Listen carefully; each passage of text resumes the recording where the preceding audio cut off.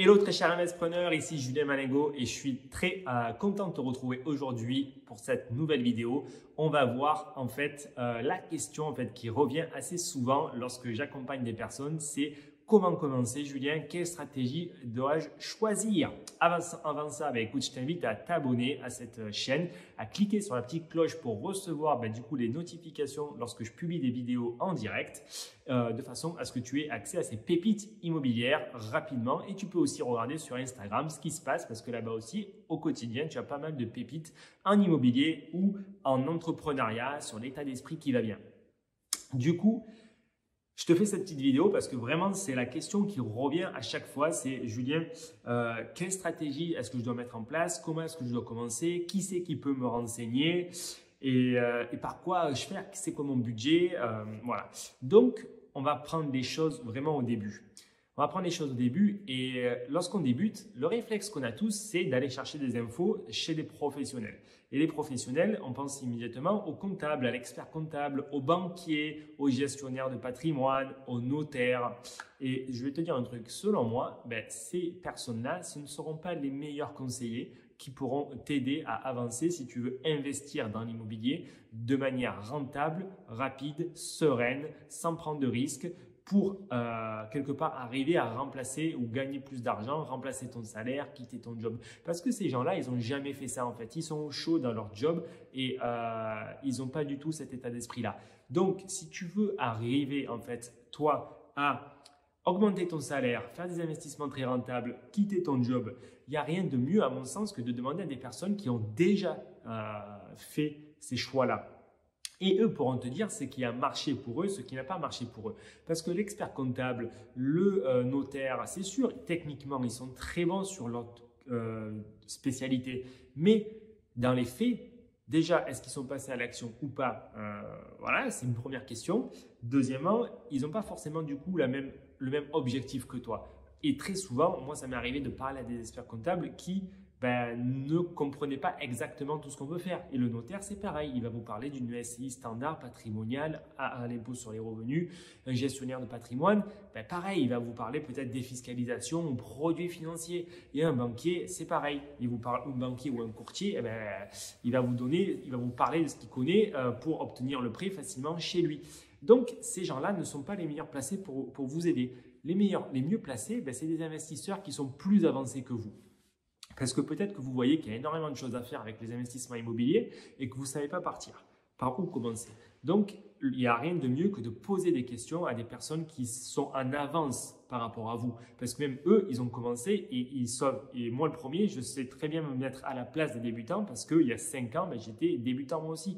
Donc, du coup, demander, et c'est moi ce que je faisais, c'est je regardais, j'analysais ou je parlais, je prenais contact avec des investisseurs plus avancés de façon à savoir pourquoi ils avaient fait ces choix-là déjà. Et ensuite, une fois que vous allez comprendre tous les choix qu'il existe, vous devez être capable de prendre le recul nécessaire pour savoir quelle va être la meilleure stratégie qui s'appliquera à vous. La meilleure stratégie en termes d'exploitation, est-ce que c'est mieux une location courte durée, une colocation, un immeuble, une division? Ça, à chaque fois, ça va avoir des avantages et des inconvénients. La division, par exemple, c'est une longue route administrative. Est-ce que oui ou non, vous voulez la faire? Par contre, c'est très rentable, mais pas tout le monde a envie de faire ces choix-là. Pareil, peut-être que vous n'avez pas forcément envie d'investir à 2 heures de chez vous parce que c'est plus rentable. Donc, est-ce que vous êtes prêt à faire de la voiture ou est-ce que vous voulez vraiment rester dans la ville que vous connaissez, que vous pensez connaître? Parce que ça aussi, c'est un danger de se dire j'investis dans la ville où je suis né ou là où j'habite parce que je la connais. Mais c'est l'erreur qu'on fait tous et moi, je l'ai fait à mes débuts. Donc, à chaque fois, il faut que tu arrive à connaître les avantages et les inconvénients de chacune de ces situations-là. Et ensuite, on arrive à la question du budget. Et ça, c'est la question qui revient très souvent. Julien, c'est quoi mon budget? Est-ce que j'ai 100 000, 150 000, 200, 250 000, 300, 400 000? Par quoi est-ce que je commence? Si je me mets à peut-être 100, 150, est-ce que j'aurai assez de cash flow? Si je me mets à 200, peut-être que je vais être en compétition avec tout le monde. Ah, mais 400, personne ne va me le donner. Et je n'ai pas de réponse à te donner. La seule chose que je peux te dire, c'est qu'il faut tester. Il faut que tu testes par rapport à ta situation, ton salaire et ton épargne. Grosso modo, voilà, pour simplifier, ton salaire, ton épargne. Il faut que tu confrontes des projets à des banquiers. Et là, tu vas avoir des retours. Et ensuite, tu pourras voir si ça passe facilement à 100 000 ou à 150 000, potentiellement, tu peux aller beaucoup plus haut. Et si par exemple, tu te prends des claques à 400 000 et qu'ils te disent non, non, là, vous êtes un peu trop ambitieux par rapport à votre situation, c'est peut-être qu'il faut revoir un peu la chose à la baisse. Je peux te donner des ordres de grandeur, évidemment. Si voilà, quelqu'un qui gagne 2 000 euros, les 200 000 euros, si c'est un premier achat, il devrait arriver à les lever. Après, ça se complexifie s'il y a déjà de l'endettement, s'il y a déjà une résidence principale, mais quelqu'un qui gagne 1 500 euros, il devrait arriver à lever facilement 150 000 euros. C'est des ordres de grandeur. Après, évidemment, comme je le dis, s'il y a déjà de l'endettement ou il y a très peu d'épargne, bon, ça va être un peu plus compliqué, mais ce n'est pas impossible. Il faut quand même arriver à confronter et à négocier ces aspects-là. Et ensuite, effectivement, si vous gagnez peut-être 2 000 euros, mais que vous avez un peu d'épargne, ne serait-ce 10 ou 20 000 euros d'avance, de suite, là, on a accès à d'autres projets. On peut facilement aller chercher, à mon sens, 250 000 euros. Ça, c'est des ordres de grandeur. Mais, et pareil, le 300 000 euros, très facilement, si tu es à 3 000 euros, tu peux aller chercher des projets à 300 000 euros. Et de même, si tu es à 2 500 euros et que tu as un peu d'épargne, tu peux aller sur la fourchette haute et du coup faire des projets peut-être un peu plus intéressants. Mais dans tous les cas, même si tu es au SMIC, tu peux tenter des projets à 150 000 euros à partir du moment où tu amènes des projets extrêmement rentables sur la table de ton banquier. C'est ça la clé.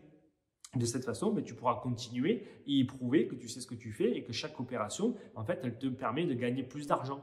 Et de cette façon-là, ça va s'améliorer. Mais la seule réponse vraiment véridique, ça va être de confronter en fait ton projet à des professionnels. Et ne prends pas le seul le premier nom qui te dit, si tu veux avoir ton banquier traditionnel et qui te dit « Ah non, là, je ne vous suis pas », allez voir quand même une autre banque. Et allez voir une autre banque et non pas un courtier qui lui va se dire « Ah, c'est trop compliqué, j'arrête, je ne fais pas, je passe à quelqu'un d'autre ». Donc, c'est en confrontant votre projet à la réalité que vous allez arriver à avancer en fait sur la définition en fait de votre stratégie idéale. Et la stratégie, du coup, elle doit répondre à des objectifs. Et les objectifs, c'est ce qu'on a vu en début de vidéo.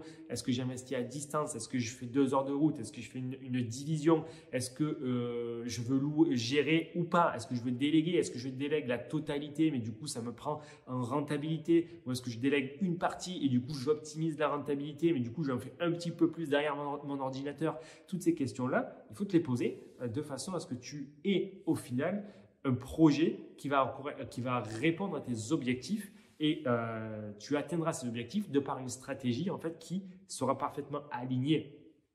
Et pour le budget, il faut confronter. Je t'ai donné des chiffres et ensuite il y a des cas spécifiques. Voilà, on ne va pas pouvoir prendre tous les cas spécifiques, mais regarde par rapport à la réalité de ta situation dans les ordres de grandeur que j'ai donnés, confronte-les.